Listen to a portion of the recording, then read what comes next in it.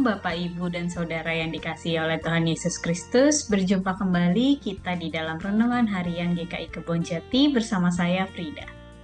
Semoga Bapak, Ibu, dan kita semua tentunya merasakan sukacita dan sapaan Tuhan hari ini. Ya Bapak, Ibu, dan Saudara yang terkasih, bacaan kita pada hari ini diambil dari Lukas 24 ayatnya yang ke-30 sampai yang ke-31.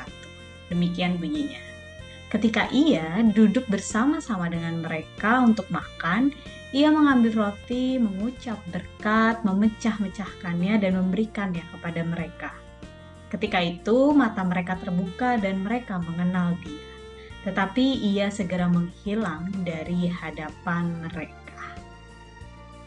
Ya Bapak Ibu yang terkasih, tema kita pada hari ini adalah makan bersama. Ada apa dengan makan bersama? Mari kita cari tahu bersama. Bacaan kita pada hari ini yang tadi sudah dibacakan dari Lukas 24 ayatnya yang ke-30 sampai 31 merupakan kisah perjumpaan Yesus dengan beberapa muridnya. Tentu setelah kebangkitan Tuhan Yesus pada saat itu. Tuhan Yesus berjumpa dengan muridnya ketika mereka sedang di dalam perjalanan ke suatu tempat. Maka disebut atau kita kenal dengan perikop perjalanan ke Emmaus. Selama perjalanan mereka bercakap-cakap dan sayangnya mereka tidak mengenali siapa yang bercakap-cakap dengan mereka, padahal itu adalah Tuhan Yesus sendiri.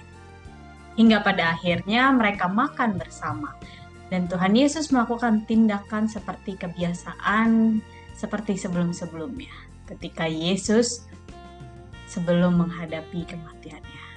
Ketika mereka makan bersama dengan Yesus, Tuhan Yesus memecahkan roti dan pada akhirnya mereka mengenali siapa yang bersama dengan mereka pada saat itu.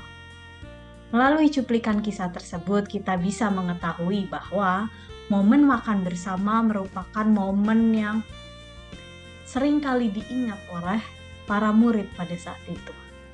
Tentu hal ini bisa menjadi momen yang selalu diingat karena seringkali dilakukan.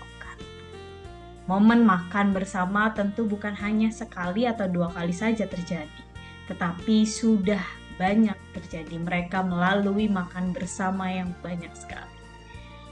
Melalui waktu makan, Tuhan Yesus juga melakukan banyak hal, seperti mengajak mereka berdiskusi bersama, kemudian juga pernah Tuhan Yesus merangkul para pendosa dan pemungut cukai, dan tidak lain juga memberikan pengajaran kepada para murid dan masih banyak hal yang terjadi ketika Tuhan Yesus mengadakan makan bersama dengan orang lain.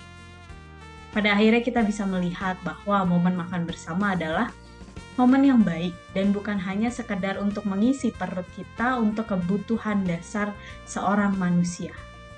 Seseorang yang membutuhkan makan untuk menjadi kenyang, tidak hanya seperti itu saja. Kita mau melihat bahwa studi menunjukkan waktu makan bersama menjadi salah satu cara untuk mencapai kebahagiaan. Karena saat makan dan berkumpul bersama dalam satu meja akan menghubungkan serta meningkatkan perasaan satu sama yang lainnya. Oleh karena itu, kita bisa melihat bahwa Tuhan Yesus juga menggunakan momen ini atau momen makan bersama untuk lebih dekat dengan para murid dan juga umat yang lainnya. Tuhan Yesus dapat melakukan banyak hal ketika makan bersama. Demikian juga dengan kita sampai saat ini.